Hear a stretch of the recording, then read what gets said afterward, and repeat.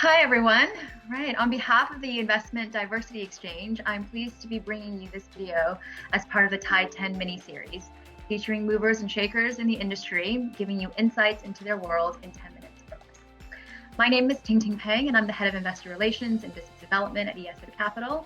Today, I have the distinct pleasure of speaking with a prominent voice in the investment management world and someone who I have gotten to know over the past few years traveling and attending conferences around the globe. Hans-Jörg Baumann is the founder and chairman of Swiss Capital Alternative Investments, the private debt and hedge fund arm of StepStone Global. He is currently based in Zurich and is responsible for various business development, investment, and management activities. Before founding Swiss Capital, Hans-Jörg was a key function holder, head of trading and sales and risk management in Switzerland for UBS. He was also a member of UBS's Global Trading and Sales Management Board in Zurich. Thank you for joining us, Hans-Jörg. It's really nice to see you. It's been such a long time since we've seen each other in person. Look, big pleasure. I would have preferred to see you physically somewhere around the globe, like we always see each other and would have a drink. But it's also a pretty good experience to talk with you via video conferences. Yeah. So tell us, Hans-Jörg, where are you? Where are you right now? Where are you today? Today I'm in a StepStone office here in Zurich. And by the way, today our company is called StepStone Private Debt. So we are part of the StepStone Global Group. Clearly on one side we still have the name here in Switzerland as Swiss Capital Alternative Investments, but we are fully integrated within StepStone. So therefore, to answer your question, I'm sitting here in Zurich in the office, which is not what I do on a daily basis. Most of the time I work out of the home office, but I move about 3 times quick into the city to finish certain tasks here in the office. Yeah, so I guess it sounds like you're pretty familiar with remote working then. Maybe it's not so much of a new normal for you, but how has life changed? What's the current situation like in Zurich for you? Oh, life has changed dramatically. Okay, before I used to travel intensively around the world, and then I must say, yes, I used technology to one extent, but on the other side, I used to travel not to use the technology. I used to travel to meet people and talk with clients, talk with GPs. So life has changed in this respect that there is only few physical contact in terms of physical meetings with the people. I think that's a big change now. Regarding your question, Switzerland, I think personally we have a very privileged situation here in Switzerland compared to many, many other countries. If you ask the Swiss, then clearly everybody is complaining because this virus situation creates a lot of unknown situation. To one extent, it's an unknown, and on the other side, it really changes our life because we have also a lockdown. But let's talk about the lockdown and this privileged situation. If I compare our lockdown with, for instance, the Italian situation or the Peruvian or the Chilean situation, it is fully different.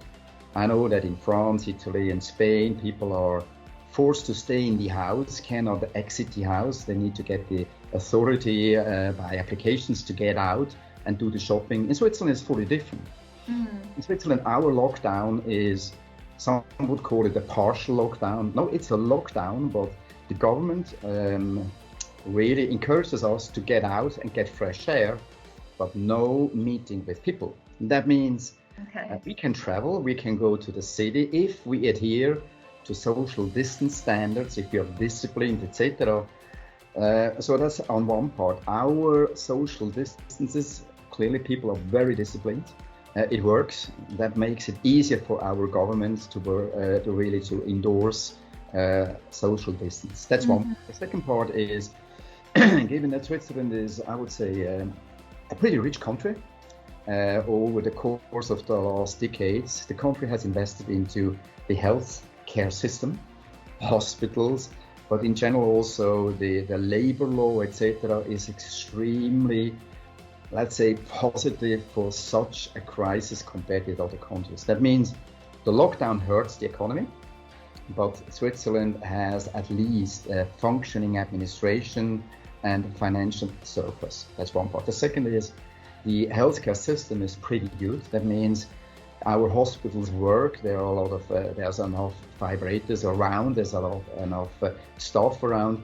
So I think it would be wrong to complain, but it is changing the life. And as I said, the biggest change is really you have to be very disciplined, not all of a sudden to approach a group and undertake activities.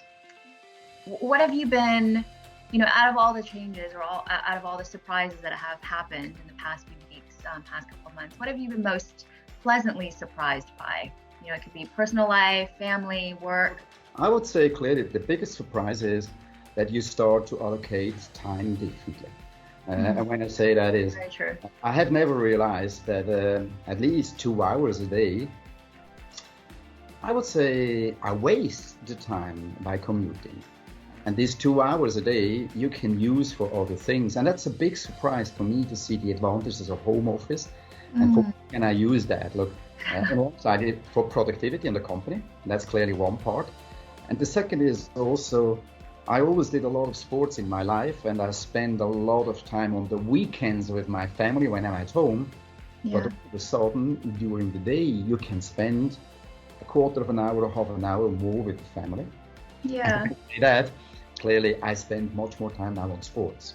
I do a lot of sports. I get up sometimes 6:15 in the morning, go to the rowing club, take out the skiff, means a rowing boat for one, do my 90 minutes of rowing, come back, and it's exactly the same time that I usually use for commuting, but now I use it for sports. And by the way, many other people don't understand that we can do this in Switzerland, but this is part of our lockdown, that you can get out, you just have to deal. You cannot go with the rowing boat in 2 people or 4 people.